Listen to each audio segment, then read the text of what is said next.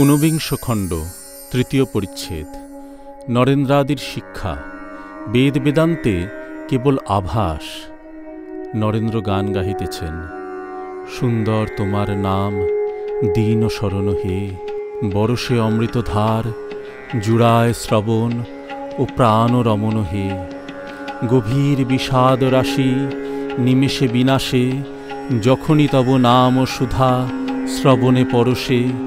হৃদয় মধুময় তব নাম গানে হয়, হৃদয়নাথ চিদানন্দ ঘন হে। নরেন্দ্রজি গাহিলেন হৃদয় মধুময় তব নাম গানে, ঠাকুর অমনি সমাধিস্থ। সমাধির প্রারম্ভে হস্তের অঙ্গুলি, বিশেষত বৃদ্ধাঙ্গুলি স্পন্দিত হইতেছে।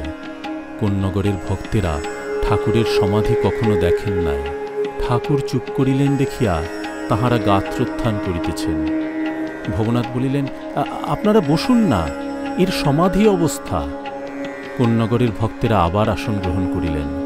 নরেন্দ্র গাহিতেছেন, দিবানিশি করিয়া যতন, হৃদয়েতে রচেছি আসন।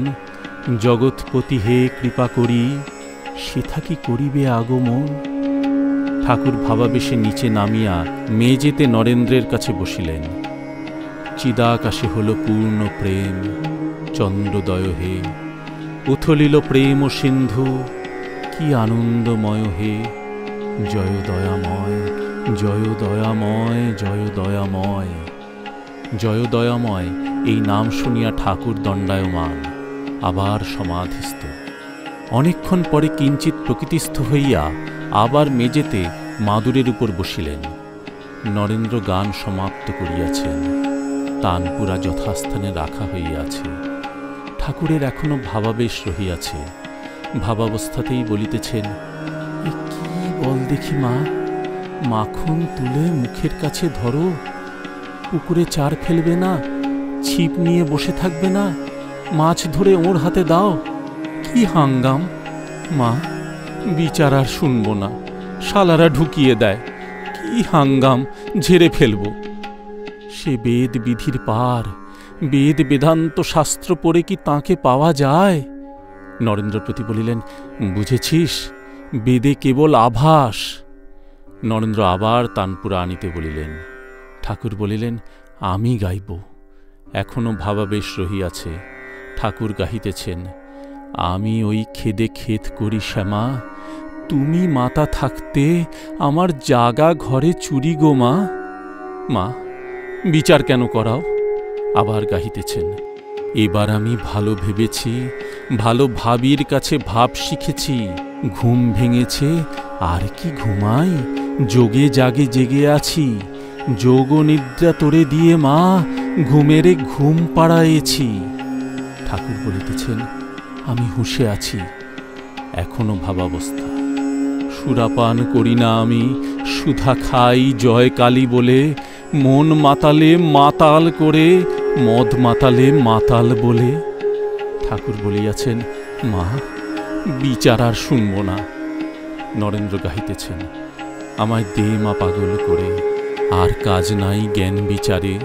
তোমার প্রেমের সুরাপানে করো মাতোয়ারা, ওমা ভক্ত চিত্তহরা, ডুবাও প্রেম সাগরে। ঠাকুর ঈষৎ হাসিতে হাসিতে বলিতেছেন, দে মা পাগল করে, তাকে জ্ঞান বিচার করে শাস্ত্রের বিচার করে পাওয়া যায় না। কোন্নগরের গায়কের কালোয়াতি গান ও রাগিনী আলাপ শুনিয়া প্রসন্ন হইয়াছেন। বিনীতভাবে গায়ককে বলিতেছেন, বাপু, একটি আনন্দময়ীর নাম। গায়ক বলিলেন, মহাশয়, মাফ করবেন।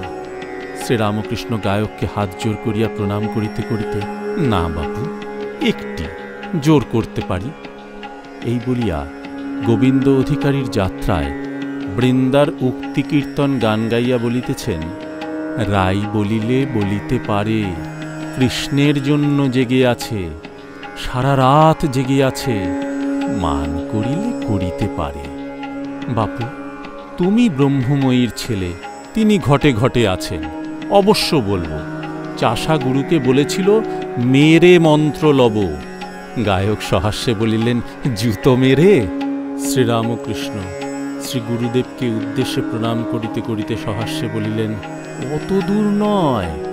আবার ভাবাবিষ্ট হইয়া বলিতেছেন, প্রবর্তক, সাধক, সিদ্ধ, সিদ্ধের সিদ্ধ। তুমি কি সিদ্ধ না সিদ্ধের সিদ্ধ? আচ্ছা, গান করো। গায়ক রাগিনী আলাপ করিয়া গান গাহিতেছেন, মনোবারণ। শ্রীরামকৃষ্ণ আলাপ শুনিয়া বলিলেন, বাবু, এতেও আনন্দ হয় বাবু। গান সমাপ্ত হইল। কোন্নগরের ভক্তেরা প্রণাম করিয়া বিদায় লইলেন। সাধক জোড় হস্তে প্রণাম করিয়া বলছেন, গোসাই, তবে আসি। ঠাকুর এখনো ভাবাবিষ্ট, মার সঙ্গে কথা কহিতেছেন। মা, আমি না তুমি? আমি কি করি? না না, তুমি। তুমি বিচার শুনলে না, এতক্ষণ আমি শুনলাম। না, আমি না, তুমিই শুনলে। ঠাকুর প্রকৃতিস্থ হইয়া আছেন। নরেন্দ্র, ভবনাথ, মুখুজ্জে ভ্রাতৃদ্বয় প্রভৃতি ভক্তদের সহিত কথা কহিতেছেন। সাধকটির কথায় ভবনাথ সহাস্যে বলিলেন, কি রকমের লোক? শ্রীরামকৃষ্ণ, তমগুণী ভক্ত। ভবনাথ, খুব শ্লোক বলতে পারে। শ্রীরামকৃষ্ণ, আমি একজনকে বলেছিলাম ও রজগুণী সাধু, ওকে সিধে টিধে দেওয়া কেন? আরেকজন সাধু আমায় শিক্ষা দিলে, অমন কথা বলো না, সাধু তিন প্রকার, সত্যগুণী, রজগুণী, তমগুণী। সেই দিন থেকে আমি সব রকম সাধুকে মানি। নরেন্দ্র সহাস্যে বললেন, কি হাতি নারায়ণ, সবই নারায়ণ।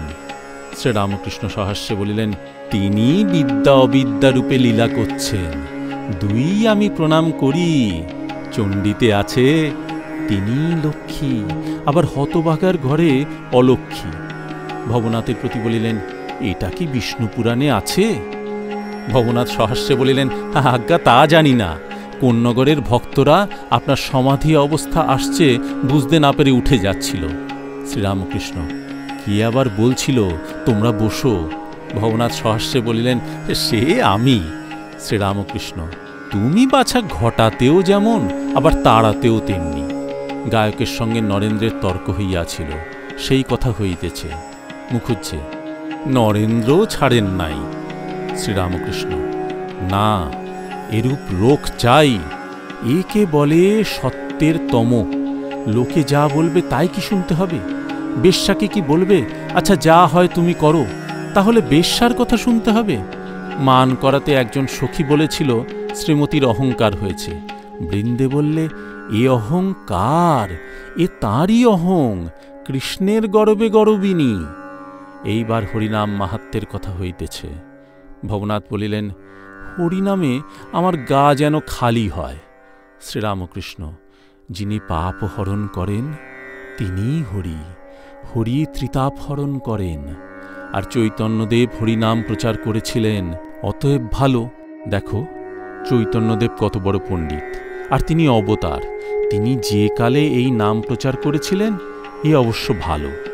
সহাস্যে বলিলেন, চাষারা নিমন্ত্রণ খাচ্ছে, তাদের জিজ্ঞাসা করা হলো, তোমরা আমরা রম্বল খাবে? তারা বললে, যদি বাবুরা খেয়ে থাকেন তাহলে আমাদের দেবেন। তারা যে কালে খেয়ে গেছেন সেকালে ভালোই হয়েছে। সকলের হাস্য।